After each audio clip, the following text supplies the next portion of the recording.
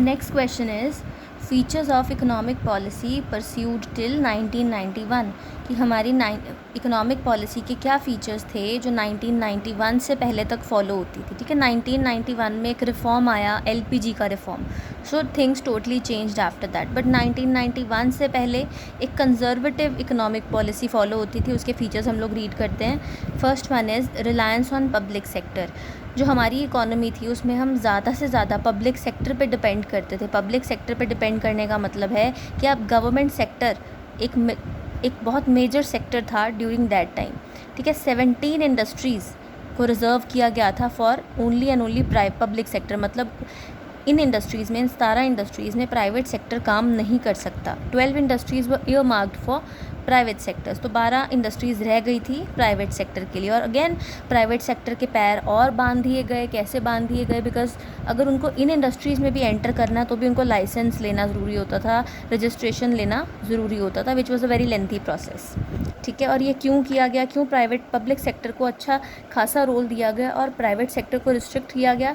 To increase social welfare, ताकि ये ना हो कि जो कॉन्सेंट्रेशन है पैसे की या इकोनॉमी की, जो मेजर कॉन्सेंट्रेशन है पावर की, वो कुछ फ्यू हैंड्स में रह जाए। ठीक है, इसलिए सोशल वेलफेयर को इंक्रीज़ करने के लिए पब्लिक सेक्टर को ज़्यादा रोल दिया गया। नेक्स्ट है regulated development of private sector. अब तुम्हें बताया मैंने 12 इंडस्ट्रीज़ ईयर मार्क थी प्राइवेट सेक्टर के लिए, बट उनको भी बहुत ज़्यादा कंट्रोल किया गया। कैसे कंट्रोल किया गया? उनके लिए लाइसेंस को मेंटेन करना बहुत ही ज़्यादा मैंडेटरी था। ठीक है, और MRTP एक्ट मतलब monopolies restrictive trade practices act 1969 ने मोनोपलीज प्राइवेट इंडस्ट्रीज़ की एक्सपेंशन के ऊपर भी बहुत सारी रिस्ट्रिक्शंस प्लेस कर दी।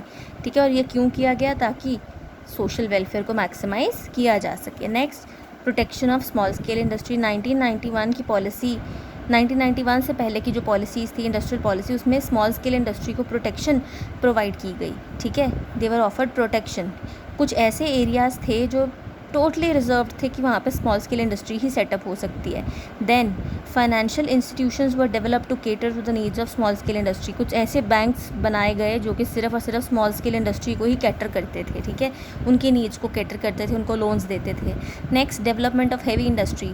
कुछ ऐसी इंडस्ट्रीज़ थी जैसे कि इलेक्ट्रिसिटी जनरेशन, इंजीनियरिंग के गुड्स, स्टील इंडस्ट्री, इनको प्रायोरिटी दी गई फॉर देयर डेवलपमेंट। ठीक है, प्रोटेक्शन फ्रॉम फॉरेन कंपटीशन। अब हमारे यहाँ पे जो छोटे छोटे प्रोड्यूसर्स थे उनको फॉरेन कंपटीशन से थोड़ा रिलैक्सेशन दी गई। अब कैसे फॉरेन कंपटीशन कैसे कम किया गया या ख़त्म किया गया? इंडिया में बहुत सारी इंपोर्ट ड्यूटीज़ लगाई गई। अगर आप कुछ बाहर से इंपोर्ट कर रहे हैं, ठीक है, अगर इंडिया में कुछ कोई बाहर से इंपोर्ट कर रहा है तो उसके ऊपर बहुत ज़्यादा टैक्स लग जाता था, चीज़ बहुत महंगी हो जाती थी और लोग नहीं खरीदते थे, वो लोकल प्रोड्यूसर्स के बनाए हुए सामान को ही प्रेफर करते थे। इसी तरह से क्वान्टिटेटिव रिस्ट्रिक्शंस लगाई गई। क्वान्टिटेटिव रिस्ट्रिक्शंस का दूसरा नाम होता है कोटास। कोटास फिक्स कर दिए गए। एक रिस्ट्रिक्शन लगा दी गई कि आप एक साल में, मान लेते हैं एग्जांपल ले लेते हैं कि 1 लाख किलो के ऊपर सामान नहीं मंगवा सकते बाहर की कंट्री से। ठीक है, एक रिस्ट्रिक्शन लगा दी। ठीक, नेक्स्ट देखेंगे।